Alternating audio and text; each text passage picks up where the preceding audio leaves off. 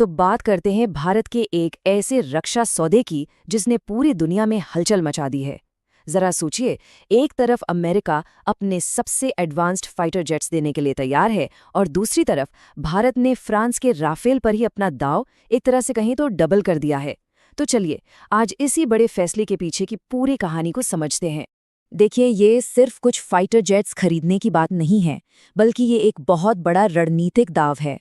दुनिया की बड़ी बड़ी ताकतें अपना दबदबा बनाने की होड़ में लगी हैं और भारत का ये कदम दुनिया को एक बहुत साफ संदेश देता है।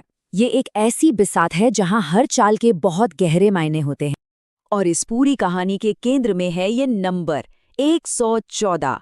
जी हाँ, भारत के डिफेंस प्रोक्योरमेंट बोर्ड ने 114 और राफेल जेट्स खरीदने के प्रस्ताव को हरी झंडी दे दी है।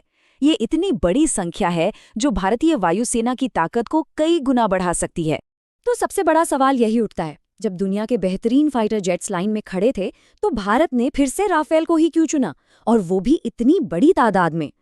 इसका जवाब भारत की अपनी जरूरतों और दुनिया की राजनीति दोनों में ही छिपा है।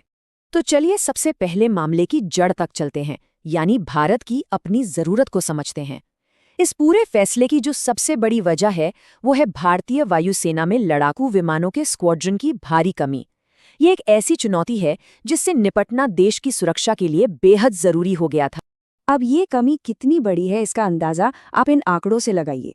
हमारी वायुसेना के लिए 42 स्क्वाड्रन स्वीकृत हैं, लेकिन असल में हमारे पास हैं सिर्फ 31, यानी सीधे सीधे 11 स्क्वाड्रन की कमी, जो कि लगभग 180 लड़ाकू विमानों के बराबर है। ये बहुत बड़ा गैप है।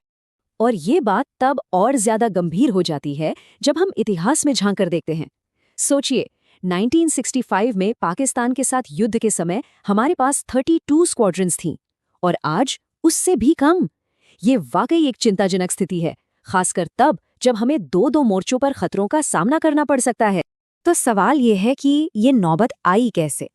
इसकी मुख्य वजह है हमारे पुराने विमानों का बेड़ा, खासकर मिग-21 की फ्लीट, जो अब धीरे धीरे रिटायर हो रही हैं। और जैसे जैसे ये विमान सेवा से हट रहे हैं, उनकी जगह नए विमानों को तेजी से शामिल करना बेहद जरूरी हो गया है। ठीक है, तो ये तो साफ हो गया कि कमी को पूरा करना बहुत जरूरी था। लेकिन फिर वही सवाल कि जब दुनिया के और भी शक्तिशाली विकल्प मौजूद थे, तो फिर से राफेल पर ही क्यों भरोसा जताया गया? अब कहानी में थोड़ा बाहरी एंगल भी आता है। भारत के इस फैसले पर सिर्फ हमारी घरेलू जरूरतें ही नहीं, बल्कि बाहरी दबाव और कारक भी हावी थे। इसमें बड़ी ताकतों के ऑफर्स से लेकर राफेल के खिलाफ चलाए गए एक अंतर्राष्ट्रीय प्रोपेगेंडा अभियान तक सब कुछ शामिल था। भारत के सामने टेबल पर कई बड़े ऑफर्स थे। अमेरिका अपना सबसे एडवांस्ड F-35 ऑफर कर रहा था, रूस ने Su-57 का विकल्प दिया, लेकिन भारत ने दोनों को ही अस्वीकार करके राफेल को चुना। ये अपने आप में एक बहुत बड़ा रणनीतिक संदेश था। इस फैसले के पीछे का तर्क सिर्फ विमान की काबिलियत से जुड़ा नहीं था। F-35 के कुछ क्रैश की रिपोर्ट्स ने उसकी विश्वसनीयता पर सवाल खड़े कर दिए थे। साथ ही ये भी एक बड़ी बात है कि अगर वायुसेना में अलग अलग तरह के विमान हों, तो पायलट्स की ट्रेनिंग से लेकर रखरखाव का खर्च और मुश्किलें, सब कुछ बहुत बढ़ जाता है। एक ही तरह के विमानों का बड़ा बेड़ा रखना कहीं ज्यादा असरदार और किफ़ायती होता है। और फिर कहानी में एक और दिलचस्प पहलू सामने आता है, जिसका नाम है ऑपरेशन सिंदूर। कहा जाता है कि एक प्रोपेगेंडा अभियान था जिसे राफेल के प्रतिद्वंदियों, खासकर चीन और अमेरिका ने मिलकर चलाया था।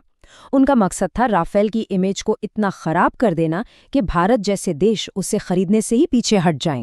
इसलिए जब भारत ने 114 और राफेल खरीदने का फैसला किया, तो ये दुनिया को एक साफ संदेश था कि वो ऐसे किसी प्रोपेगेंडा के आगे झुकने वाला नहीं है। ये सिर्फ एक खरीद नहीं थी, बल्कि उस विमान पर अपने भरोसे का एक मजबूत ऐलान था, जिसने अपनी काबिलियत को बार बार साबित किया है। तो हमने ये तो समझ लिया कि राफेल को क्यों चुना गया। अब ये समझते हैं कि इसे कैसे हासिल किया जाएगा, क्योंकि ये डील सिर्फ विमान खरीदने तक ही सीमित नहीं है। इसके पीछे एक बहुत बड़ा विजन है, और वो है इन विमानों को भारत में ही बनाने का। ये योजना काफी महत्वाकांक्षी है। फ्रांस की कंपनी डसॉल्ट भारत की ही एक निजी कंपनी के साथ मिलकर इन विमानों को भारत में बनाएगी।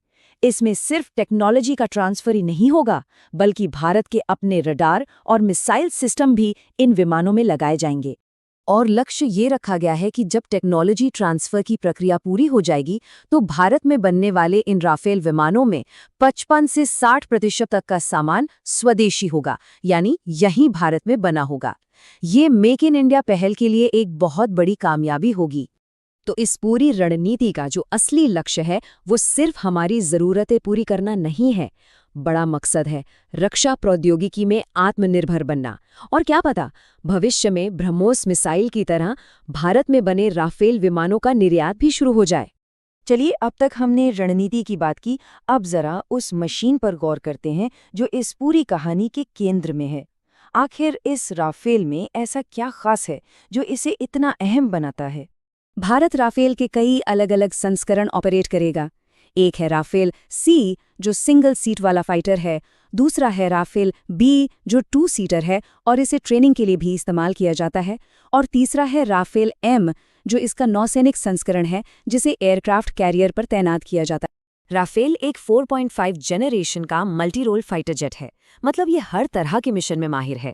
ये परमाणु हमला करने में सक्षम है, इसमें बहुत एडवांस्ड रडार सिस्टम लगा है, ये हवा में ही ईंधन भर सकता है, और ये स्कैल्प जैसी लंबी दूरी की मिसाइलों से लैस है जो दुश्मन के ठिकानों को सैकड़ों किलोमीटर दूर से ही निशाना बना सकती हैं। भारत ने अपने राफेल बेड़े को धीरे धीरे लेकिन बहुत सोच समझ कर बढ़ाया है। 2016 में पहले 36 विमान आए, फिर हमारी नौसेना के लिए 26 नौसैनिक संस्करणों का ऑर्डर दिया गया और अब 114 और विमानों का ये प्रस्ताव मंजूर हो गया है। इससे एक बात तो साफ है कि राफेल अब भारत की वायु शक्ति की रीढ़ बनता जा रहा है। तो अंत में सबसे बड़ा सवाल यही है, इस भारी भरकम निवेश और इस बड़ी रणनीतिक चाल के साथ क्या भारत वाकई 2 मोर्चों यानी चीन और पाकिस्तान की चुनौती का एक साथ सामना करने के लिए तैयार हो रहा है? ये एक ऐसा सवाल है जिसका जवाब हमें आने वाला वक्त ही देगा।